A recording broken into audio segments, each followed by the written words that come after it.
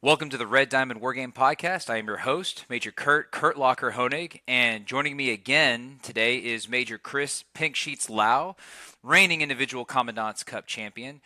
Chris joins me today to discuss two ongoing Wargaming tournaments, Top Tactics 25 and Warplan.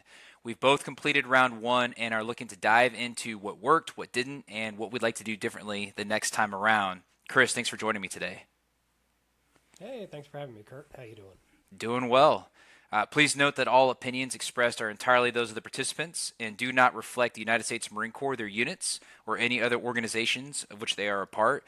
And so, Chris, let me start off by saying thank you for joining me because you're calling in from Stuttgart, Germany, which is very different from the last time we spoke, which was the sunny Pacific Coast in California. Can you tell us what's happened career-wise since the last time we spoke? Yep, I moved out to Marine Forces Europe and Africa. I'm one of the space planners out here. I do other things as well, but I work in the G39 shop here at MFEA. All right, awesome. And the family's enjoying the move so far. You're enjoying your new quarters. Yeah, so far so good. We're still digging out of boxes, but it's a process. But we've had some fun stuff. Fest was a great time. The kids did enjoy that. They had a whole bunch of rides. Zoe shot 20 for 20 on her first time with a BB gun. So Nice. I was proud. My wife was slightly concerned. No, well, we're all proud. That's a future expert marksman. That's what we like to see. All right. Well, so we're calling today because we are both through round one of two wargaming tournaments. So one, I want to highlight. It's awesome that you're able to participate in these tournaments despite being outside of the continental U.S. So first and foremost, I think that's outstanding that you're able to participate. That's the value of the Marine Corps University Wargaming Cloud, is that Marines all over the world are still able to participate in these. So let's start things off with Top Tactics. So you participated in Top Tactics last year, is that correct? That I did indeed. All right. How did that go last year?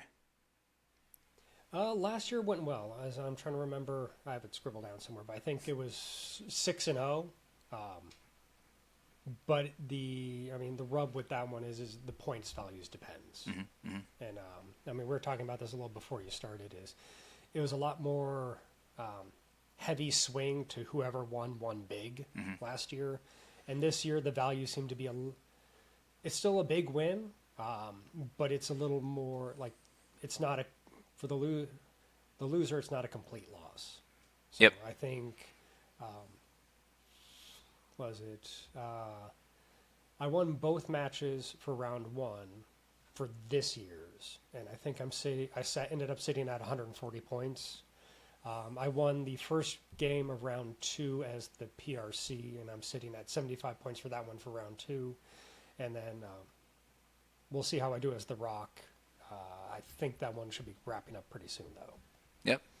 All right. So some background for Top Tactics 24, we looked at a modern rifle company versus a PRC opponent.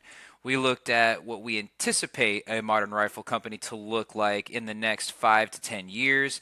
And then we had a third round where we got to design what we thought a rifle company could look like based out of a value of 250 points for Force Builder. And we've talked about this on some previous episodes.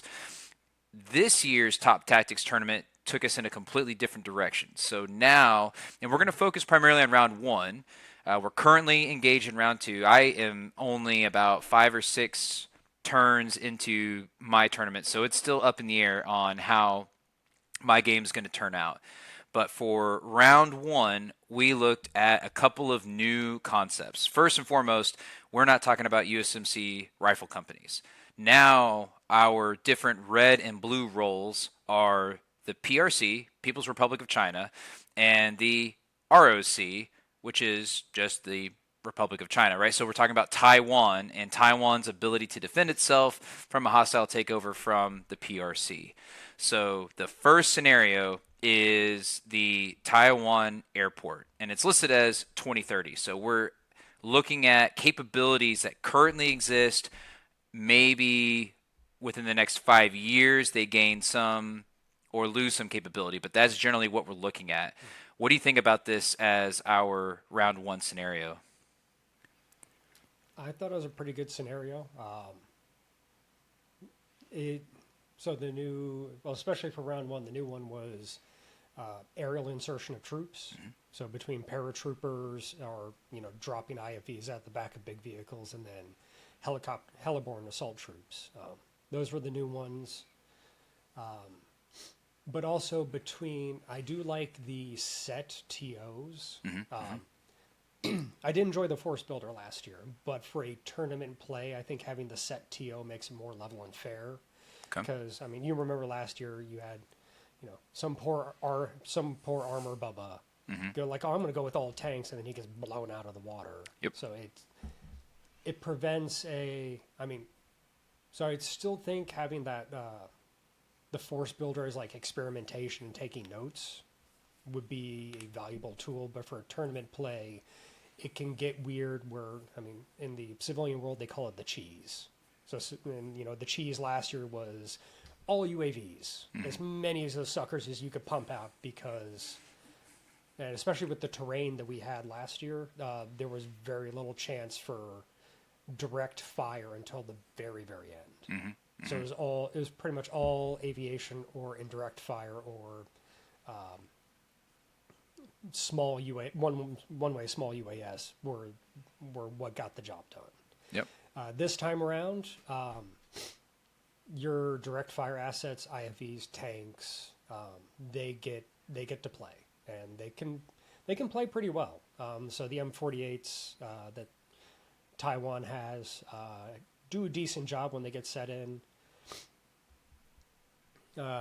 And then, West Taiwan has a whole lot, especially for the airport scenario, they have a whole lot of firepower at the beginning to shape the environment. And let's see, from my matches, it went decently in my favor. But it's just one of those things where, especially because the TOs are the same, then it comes down to how do you shape the environment. So, when I was West Taiwan seizing the airfield, I prioritized air defense. Being a prior lad guy. Nice. So I prioritized air defense because I know, especially with landing troops and whatnot, that's... talk to some of the old Army airborne bubbas, and they expect so many casualties when they do an airfield seizure drop. Right. And so essentially I was trying to do the same thing, because if I could shape that away, which then on the opposite end as the Taiwanese is how can I preserve as much of those anti-air assets as possible to prevent them landing on objectives and or canalizing them as much as possible, because I have noticed with a couple of practice rounds and with my match last time, quite a few people would land like IFVs in the middle of the airport. So then they have to like drive around all the buildings to get out, and they're not as effective. It's a terrible day for those rock marines hanging out inside the airport when they're going against 3 IFVs.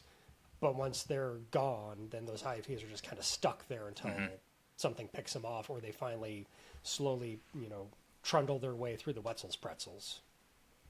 Yeah, and I significantly appreciate the lessons that can be drawn on both sides, red and blue, in terms of seizure of an airport. So and feel free to limit the amount of ideas that you've had, because there does sound like there's going to be another round, a Commandant's Cup qualifying round of this tournament, and it'll likely be the same scenarios. So if you feel like you want to keep something in your back pocket, please feel free. But I also want to elevate the level of competition. That's one of the reasons why we're doing this podcast and we're doing these discussions, is like, this is what we all know can work, should work, and so let's get something even more. Let's further the ideas of what does and does not work.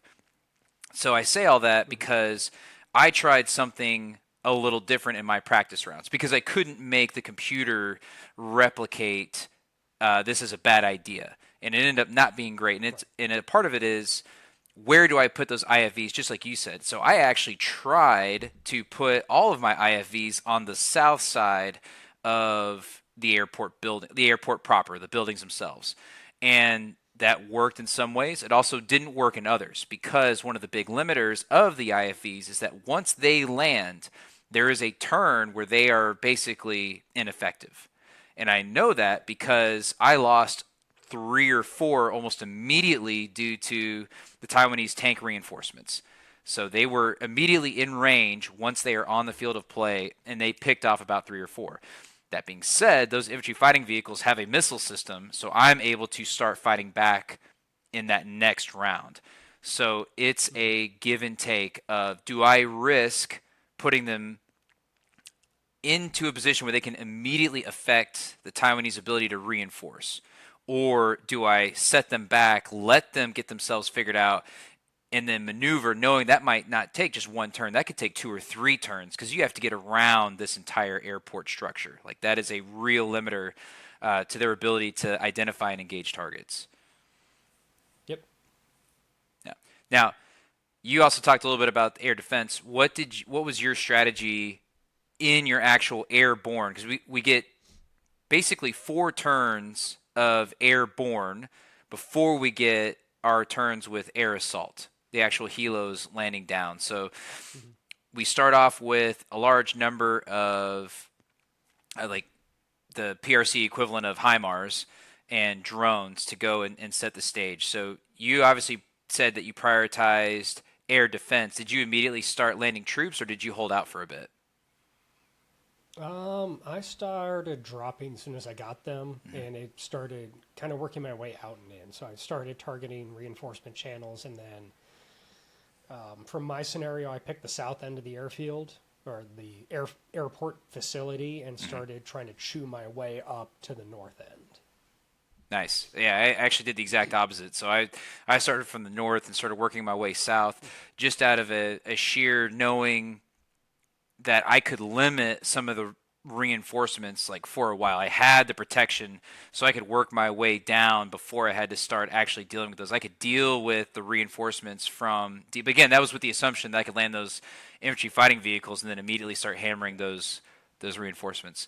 Yeah, I actually waited a turn to start dropping my airborne. I waited so the drones could travel that much farther and destroy that many more anti-air assets. So I had almost 100% success rate in deploying all of my assault troops. So that was one of those, like, my opponent did not get that benefit. I was able to destroy several of his transports, both coming in and going out, because they immediately started trying to drop people. Do you think one weighs better than the other? It depends on your opponent. So for me, I was able to SEAD the south end pretty well. I think he still had some stuff on the north end, but I was able to drop enough down. So then he had to drop enough down, seize the south end of the airport facility. So that way he had to start pulling out of his dug-in positions in the north. And then also with the way the infantry hangs out in buildings, they were able to soak in some of the damage from the reinforcements coming from the south and the west. So it created, I was able to get dug in like a tick and then become enough of a problem that he had to pull out of his plan from other places to deal with me there, which then left that a little more open for me when I finally got organized enough to go after the other positions. No, that makes sense. For blue, you said dug in like a tick. Where did you lay out all of your positions? Did you keep them inside the airport primarily, or did you have them spread out on some of the different victory points? I tried to make sure I had most of the victory points were covered. The ones way out in the open on like the runways, it is what it is. I didn't really, if I could cover it with like a machine gun or some kind of direct fire system, sweet. But there's no point like tossing a dude there because they won't last long. Right. So for me, yeah, it was definitely digging around the airfield in the little town to the north east. And then, just try and attrite them enough, or at least delay them getting organized enough for when all the tanks and the APCs come running in. Did you deploy your personnel from the APCs early, or did you try to rush them as close to the airport as possible before ditching them out? Mix of both. Yeah. So, especially learning from last year, I try and get the troops out as soon as possible. Right. But I definitely do not.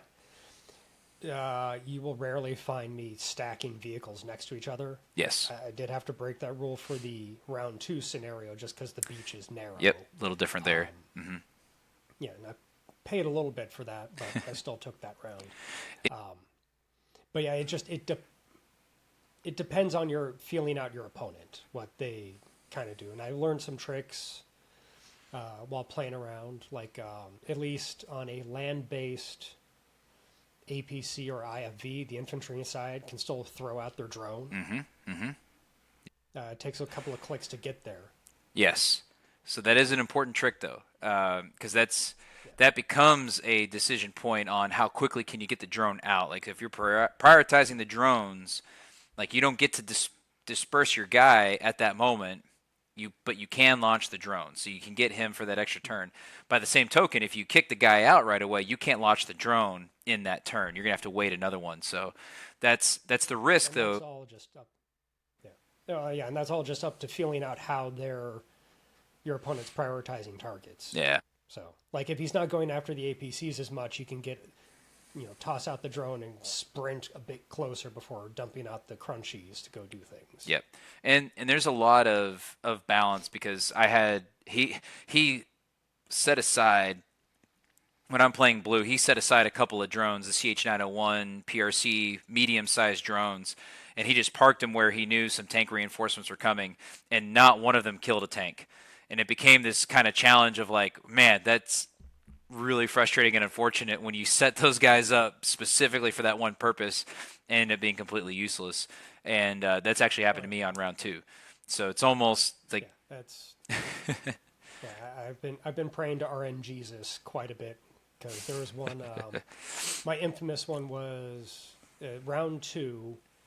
The north end of the harbor. There's like the little causeway, and there's some buildings up there in the 1BP. He had a machine gun team dug in on one of those buildings, and I was shooting at it for like 5 turns. So, at least 5 vehicles with a 20% chance are shooting at this thing for 5 turns, and nothing lands. Yep. It's tough. It has led me to one of the pieces of recommendation, and I'm looking forward to a chance to talk to Hex War Keith about this, because all this game is Company Commander Modern. Found on the Marine Corps University Wargaming Cloud, and it has a table in the top left corner where it is showing you the dice rolls. It's showing you all the factors, so it's not just that you see, hey, I have a 20% chance, I've hit it 5 times, like surely one of these 5 will have done something. And you can actually go into each one of your attacks, you can find out, hey, I rolled this. And so if you were playing this as a tabletop game, and you get to feel a little more of like, hey, it's my fault, I rolled the dice, and it didn't pay off. And that does happen. Like, it's as much as we'd like to say that if I roll 5 at a 20% chance hit rate, that I'm going to hit it at least once, that's not true. We both are students of that, having played these games. I would like to see that table be a little more user friendly. Because I've watched a replay, seen something to like explode, and then struggle to find out what it was that killed it. If for another reason, I want to learn, like I thought I had put it somewhere safe. So if it turned out not to be safe, that means something out there has a capability that I didn't know about, and I want to learn about that. And to struggle to find that, I think, is a little bit counterproductive. So I'd like to see the log. A way for that log to be like one engagement at a time. Can I filter it as a click, click, click? Okay, here it is. I can see it all at a glance and then move on to the next one. That might be that might be something to bring up to them. Is like so you have skip replay or view replay, but you could have replay play by play. Yeah, like a play by play. Click next. Here's what happened. Yep. Click next, or at least by shots that happened, as Yep. opposed to like every little move.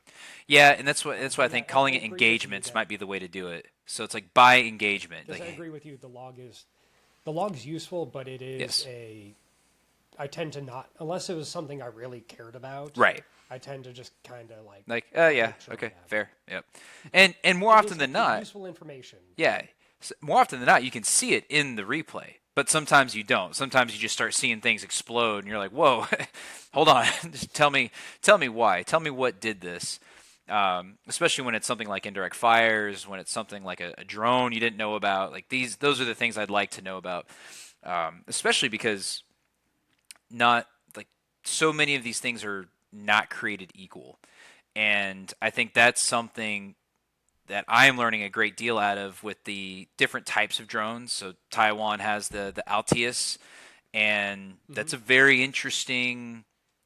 It's like 50% doesn't feel like 50% all the time, and I think just a Oh part of that is the way that drone is designed, what it's actually intended to do, yeah. as opposed to a CH-901 that seems a little bit different as well. The capabilities of the Chinese tanks are very different, uh, or the so like not just ZBDs, but also on the Taiwanese side, like the capability of their tanks is very Yes. different. So the one of the biggest lessons I think we're all coming away from is I really hope Taiwan invests a little more in its indirect fire capability, because I have felt uh, very strongly that none of my indirect fire assets have been at all useful to me to this point. Very few destruction I've had achieved, very few suppressive effects.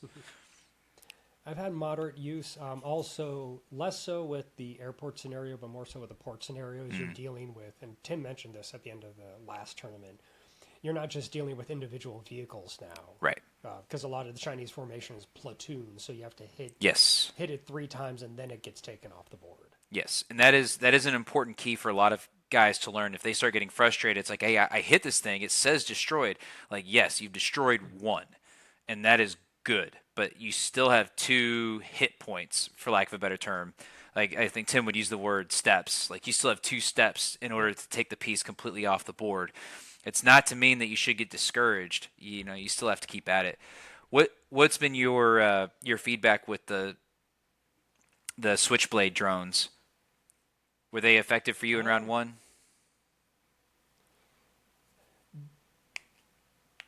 uh, yes and no. It just Yeah. depends. Let's see. For West Taiwan, their UAS is more effective because it's the larger size. Hmm.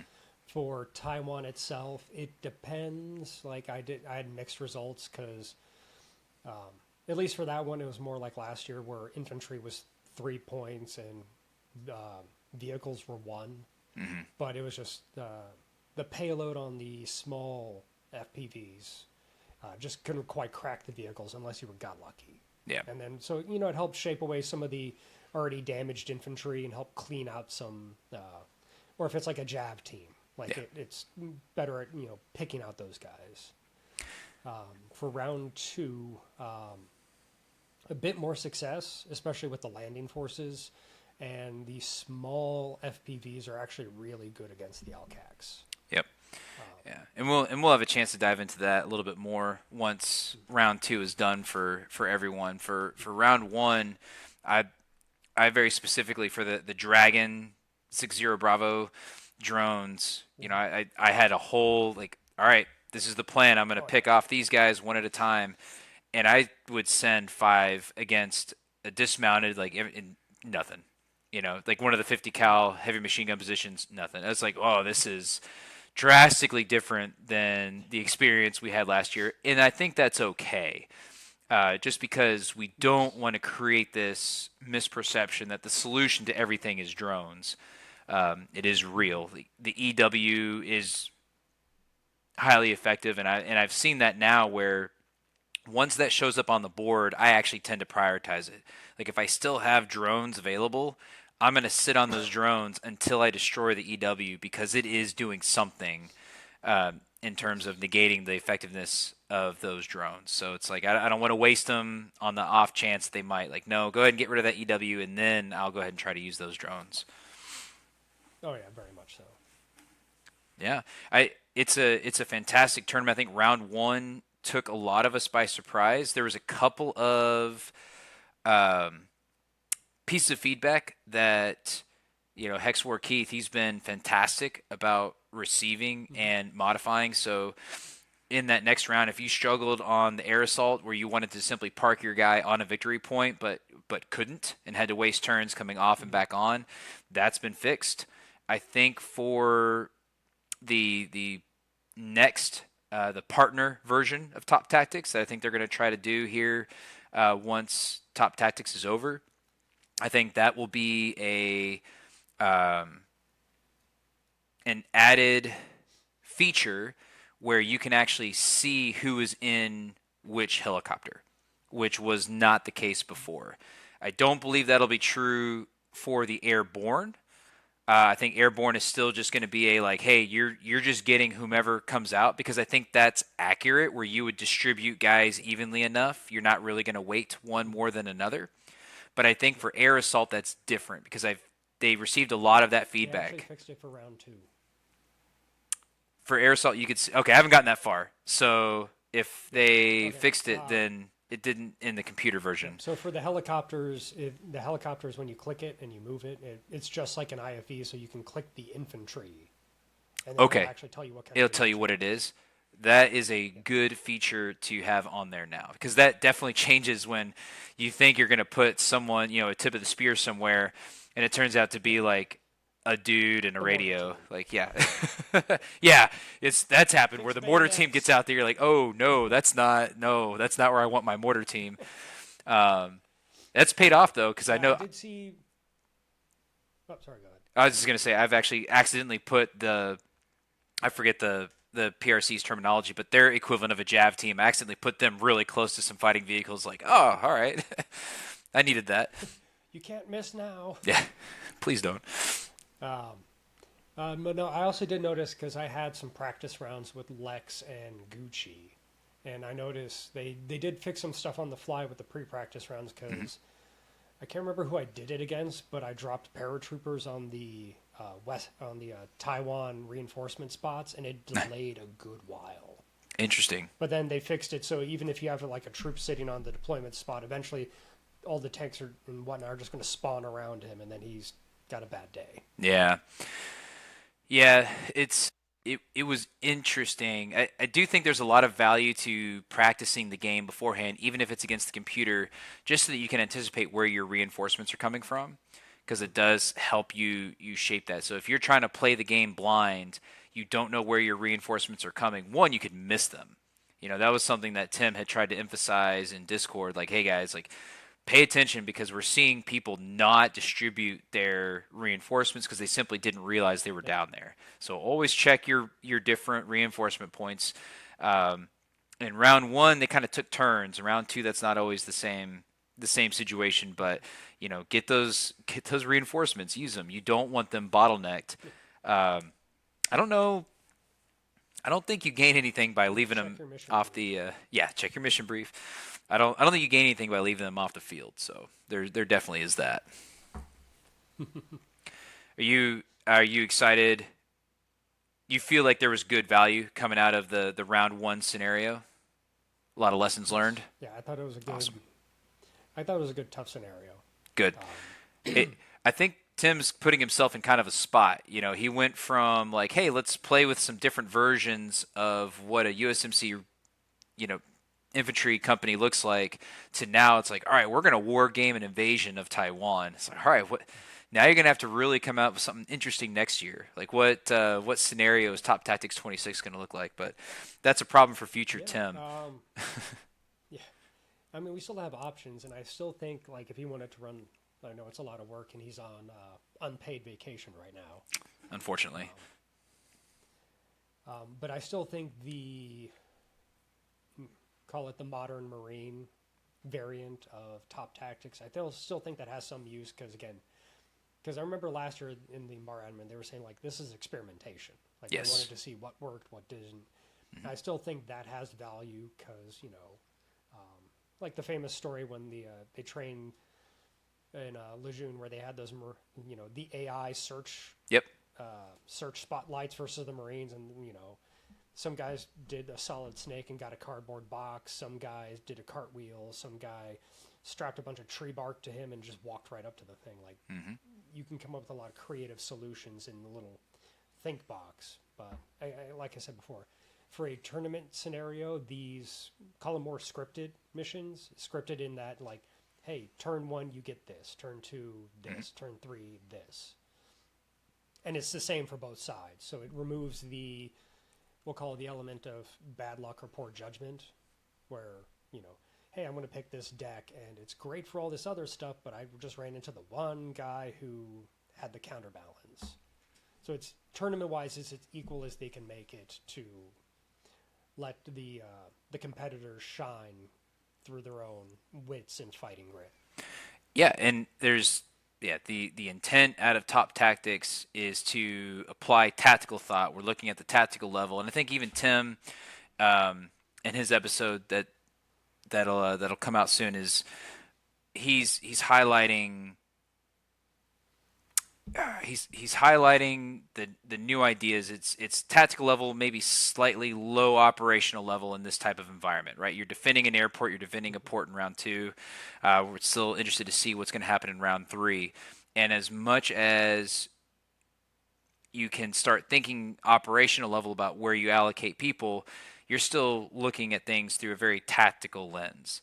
Now we get to compare that to the other Marine Corps University Fight Club tournament that's going on, which is Warplan. So Warplan is an operational level game, and this game takes place during World War II. In this case, round 1 was Operation Cobra, which is otherwise known as the Breakout. So to set the stage, turn 1 is the Allies taking the first step. We've successfully landed at Normandy. We've moved up the peninsula, and we've begun to slow down. All right, so now we need to break out and really start putting forces into France. There's still a lot of suspicion that the main invasion is going to happen at Calais. So there's the ability for the Nazi movements bring troops down, or we now know that's exactly what you would need to do if you wanted to do something to stop the Allied advance, because we are putting all our eggs in the Cherbourg port area, the Normandy coast. So turn 1, you're the Allies. You're going to hammer one of these panzer divisions. You're going to break out. How did Warplan come together for you in round 1? Let's see. It came together really well. As the Allies, I was able to take all but 2 victory points. Nice. So I was able to get a breakout, and then I was able to run my 2 tank divisions. They just went behind the lines, and it did delay my plan because. So last year I can't remember his name. He's an Australian lieutenant colonel. He's got that really long Hoy Sue Piquet, whatever handle. Yeah, I have to look that one up. Yeah, it's. I'll look it up real quick. Actually, Lowe just sent me because I hired him as a ringer for the Mark for Your AF team. Nice. Because he was a free agent. Right now, right now we are sitting 5th. Apparently, they put out some new scores. Nice. All right. So, yep. So, yeah, no, it really worked out well. So I was able to create 1 or 2 punctures in the defensive line. The Allies have the benefit of massive air power. Mm-hmm. Mm-hmm. So I was able to punch one or 2 through the defensive line. Try and get into the back territory and start cutting off supply lines. And then my second swing for this scenario is I pimp up the airborne and I drop them in the north and create a second front up there and start trying to cut off the reinforcement lines from Germany itself. Nice. And create that dilemma. So because my Normandy front was so successful, I actually delayed dropping in the American Airborne because I was using the transport squadrons to resupply the tanks that were running around behind enemy lines. Nice. The Allied scenario worked out really well. I got behind. I did learn that so you can run and claim a victory point, and then if it's a cut-off unit, slowly that victory. So if the victory point's a city, you keep it. Mm-hmm. But if it's like a field or something, it'll revert to the other side. Interesting. After Okay. A turn or 2. Okay. So I had one of those things where I'm like, wait a minute, my score should be a lot higher, and then I had to click back. I was like, oh, so I took Paris, and then moved on, And then the 2 city hexes of Paris I kept, but then the other 4 reverted back to German control. Interesting. Okay. Yeah, And there's... then as the Germans just my... Oh, Go ahead. Go ahead. okay, and then as the Axis turns, just I managed to keep him bottled up enough, and whenever he managed to punch a hole through my line, I managed to cut it off. So he every now and then he'd punch through, get 2 divisions through. I'd cut them off, destroy them, and then finally my last turn, he was able to knock out most of my units, but it also left him vulnerable for the final breakout, where I ended up retaking the 2 landing beaches, cutting off Cherbourg Port's rail line, and then fortifying every victory point nearby. So he hasn't taken his turn yet for that one, but I mean, there's not much he can do. So he may collect a couple points here and there, but all of his stuff's out of supply and cut off, and so I mean we'll see if he makes a move before they extended it to the 28th or something.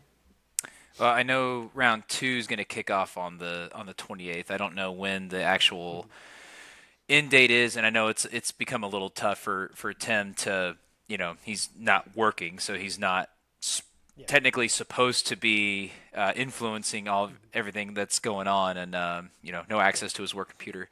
And he was going to be the primary driver of the Warplan tournament, while Captain Tidwell was going to be the primary driver for Top Tactics. But no, that's awesome.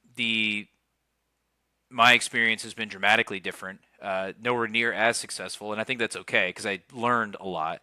The first of which is my opponent definitely had a much better understanding of how the logistics in Warplan works.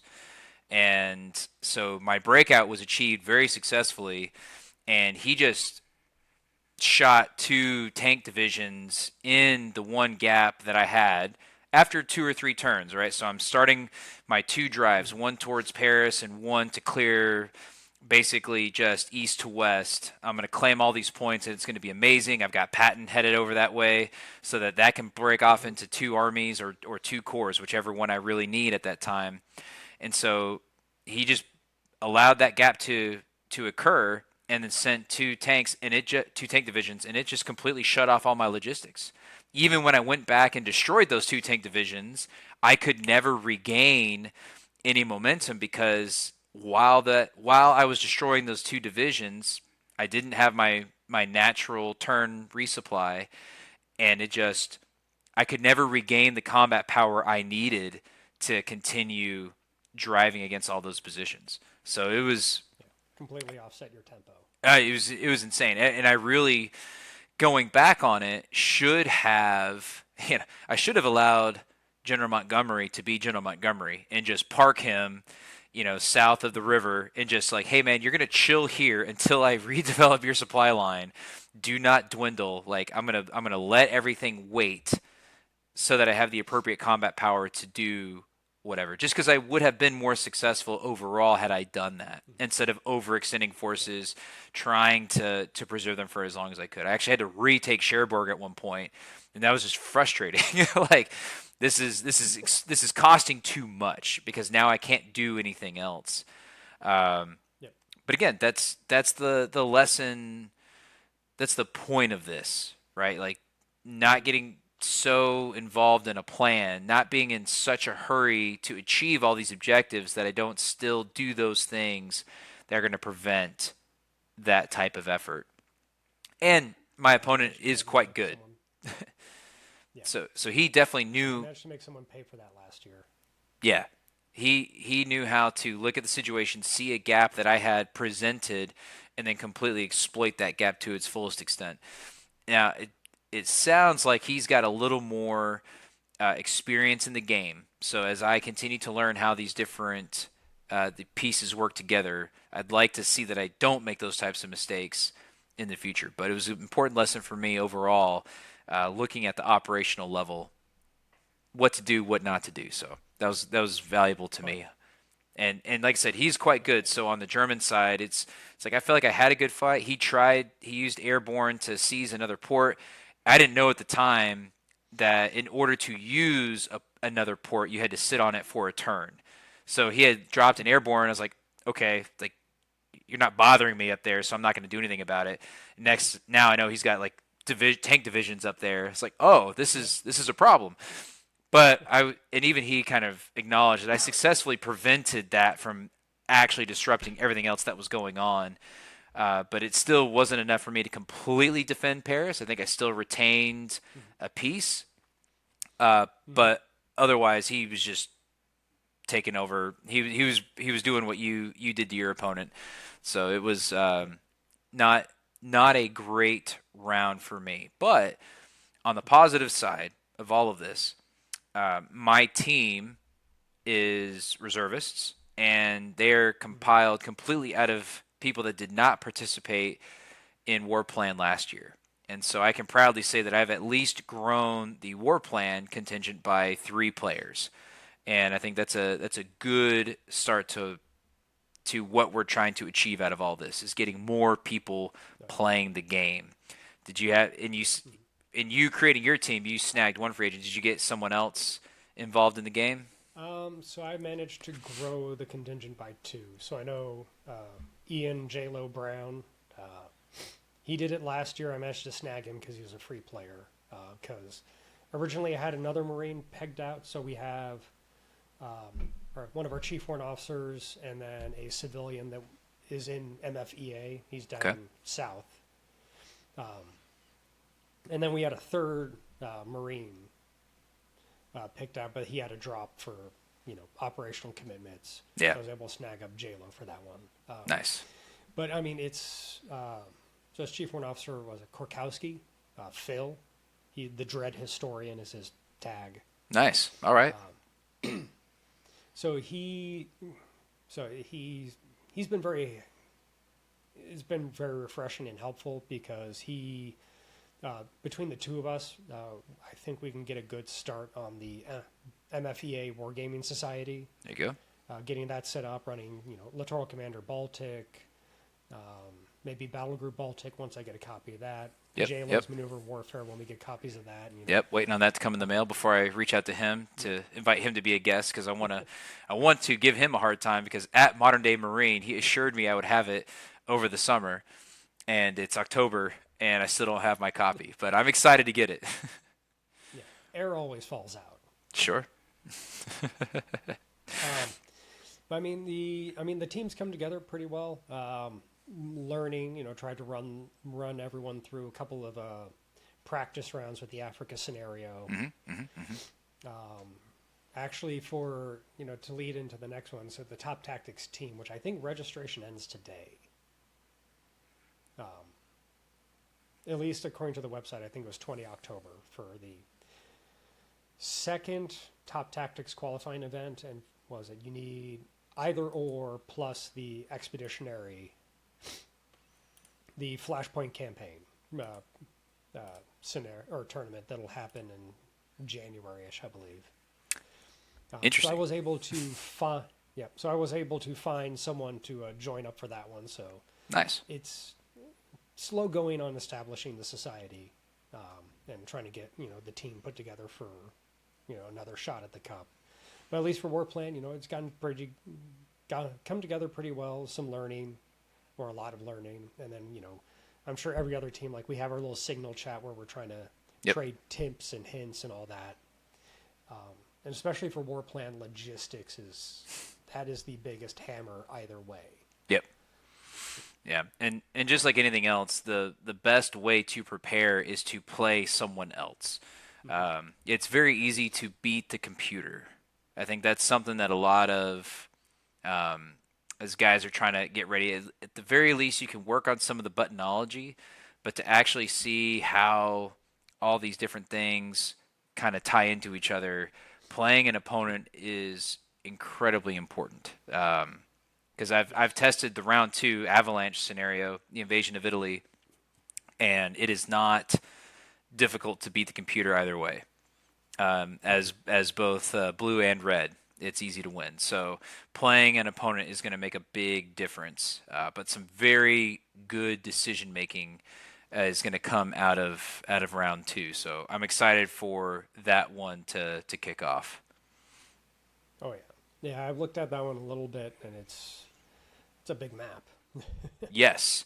I will say that is one of the bigger challenges is taking the time to zoom out and actually see what the whole map looks like. It's kind of the same challenge, and hopefully we'll get you back on to talk round two for top tactics. But zooming out on that map Hmm. is a little bit tough as well for Oh yeah. some of the different um, where the action is. Having to take a holistic look at everything that's going on is really really important for round two. And round one was very similar. It's very easy to get sucked into something small, but you have to keep in mind what's going on large wise. It is a very real challenge to remember.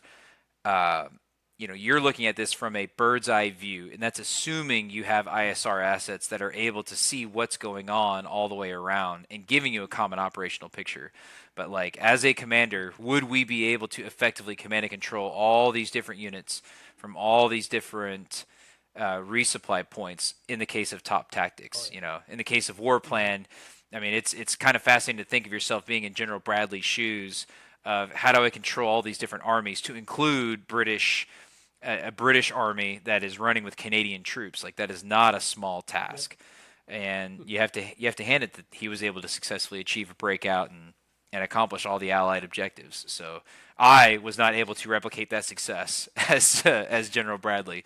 So that is something to keep in mind. Um, One of the great things that I failed to get on video with Tim. I'd love to chat with you about it a little bit because we talked a little bit about turn taking and whatnot. So you, to this point, haven't experienced someone completely bailing on you in the middle of a tournament. Has that happened to any of your teammates or acquaintances? I experienced that more last year, Yeah. and then so my opponent for Warplan right now, it's we finished my allied game, Hmm. and now it's his allied game. He still has to take his last turn. It's been about a week. Right. But last year was my infamous example in Market Garden, whereas the Germans, I was able to retake Paris and the Yep. landing beaches, and he disappeared after that. And that apparently that Tim and them had to have a very long discussion about what to do with my match, and apparently Yep. got thrown out because it was just so It was an outlier. disruptive Yeah. to the point curve. Yeah. Yeah, and the reason why I bring it up is because this is going to be a growing pain. We are doing this because we want more people to play. Um, Tim and I have a great discussion about had a great discussion about competition, and can you replicate the challenges of combat in a scenario like this? And true combat, no. But can you recreate pressure? Absolutely.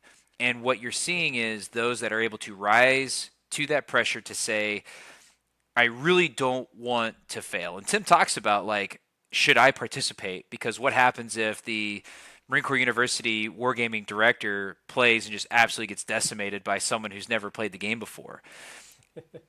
And he just recognized that if he's feeling that kind of pressure, then the rest of us are feeling a very similar level of pressure. The idea that we want to win, that sense of competition that makes us successful as Marines, absolutely exists in these games. And what we can't allow that to do is become an excuse to not finish playing. We have to see all these matches through to the end. Having been victimized by Scarab Six, that's Tim Barrick's handle. He has completely demolished me in Napoleon at War tournaments. You have to embrace that. You are not going to win everything. You are not going to be 6-0 every single time. Um, the Oh important thing is that you learn. The important thing as Marines is that we don't run away. Uh, we recognize that operational commitments are a real thing. And I know Tim and his team recognize that, and they're doing what they can to try to minimize that as much as possible. I don't know if we've talked before about your process of just setting aside a little bit of time each day, and the idea is that you have 96 hours from your opponent finishing their turn to you finishing your turn.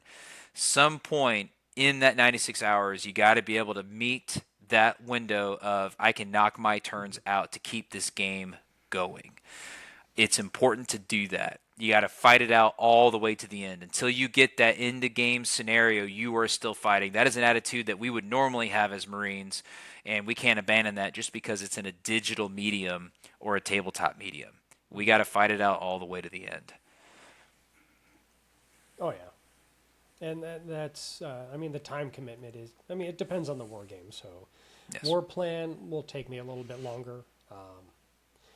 Especially when we get into flashpoint campaigns, as if the scenario is similar to last year, my first turn is the Mew landing. That probably took me like 2 hours to plot everything Yes. out. Top Tactics doesn't take me as long. Mm-hmm. But again, that tends to be one of the points where I'm trying to convince people to join the dark side with us. Is it doesn't take all that long. Like Mm-hmm. it's a lot of times, like I'll, especially for Top Tactics, like I'll come home, I'll get like a turn, my 2 rounds in before I like, and then just go change the clothes, change clothes, make dinner, and everything's hunky dory. Or if it's something else like that, and I'll get the kids to bed, and then I'll sit down after they've gone to sleep, and my wife has her. She still has her show on from when I was putting the kids to bed, so she finishes that. I finish my turns, and then we put on a movie or something together. So Yeah. and especially you have a couple days, so it's not. I mean, it's a commitment, but it's not. It's not a big time sink. Yep. Yeah. We don't want this to be a reason to be discouraged about participating. We just want that participation to be as complete as possible, because there are guys out there, they want to challenge themselves, and they want to challenge other people, because through that challenge we are all of us going to get better, and the better decision makers that we all become are going to make us more lethal when it matters the most, and that is what we don't want to miss out just because things didn't go well, or you just have allowed them to become more than you thought it was going to take. Find a way to set aside a little bit of time, make it valuable, and I think we're all going to be the beneficiaries of that mindset and that attitude. So we do need to keep that up. And yeah, I'm looking forward to finishing out my rounds, my turns in round 2. Mm-hmm. And then once round 3 kicks off, we'll try to get you back on again. Maybe I'll try to see if your old partner in crime, see if Matt Evers will hop on here, find out how his fight club is doing over in Okinawa, and we'll keep seeing how much progress we're making in expanding this great Wargaming fight club we're all a part of. Oh yeah, and there's even if it's not MCU, there's a whole bunch of other stuff, because we had a Littoral Commander Baltic tournament over the summer. Yeah, that's right. That did happen. Mm-hmm. Yeah, and Matt beat me at one point in that tournament, and then I came back and I beat him in the championship round. Yeah. So. Yeah, that's awesome. Yeah, I mean, it was a fun tournament. Baltic's a great game, especially for where my job is now. But I mean, even with the Warplan last year, I had my success for round 1 this time is a pleasant surprise, because last time it was, I think how a lot of people were is like scrounging for points. So, the first scenario is 37 points as your start point, and I got, 39, maybe +1, +2, +3 points, and then I got my face punched in the last round with the Soviets crushing in on the Germans at the end of the war. Mm-hmm, I mean, it happens. You learn from it and try and figure out ways on doing things better. Yeah, that's the idea. Fight and learn. That's what we're all trying to do here. All right, Chris, I really appreciate the time. I think this has been a great discussion on round 1 for Top Tactics and Warplan. I'm really looking forward to seeing how we progress both on the team side of things in Warplan and the individual side in Top Tactics. So we're looking at this modern future fight in Top Tactics. We're looking at the historic, grander operational fight in Warplan. And I think both ways there's a lot for us to learn and to continue to grow on. And I look forward to hearing how it goes in round 2. Oh, yeah. And I definitely can't wait to see what Tim has cooked up for the, was it the expeditionary engagement or the Flashpoint campaign in January? I want to see what he has cooked up for that one. Yeah, absolutely. It's going to be a good time. All right, Chris, thanks so much for your time, and we'll see you next time. Yeah, thank you for having me.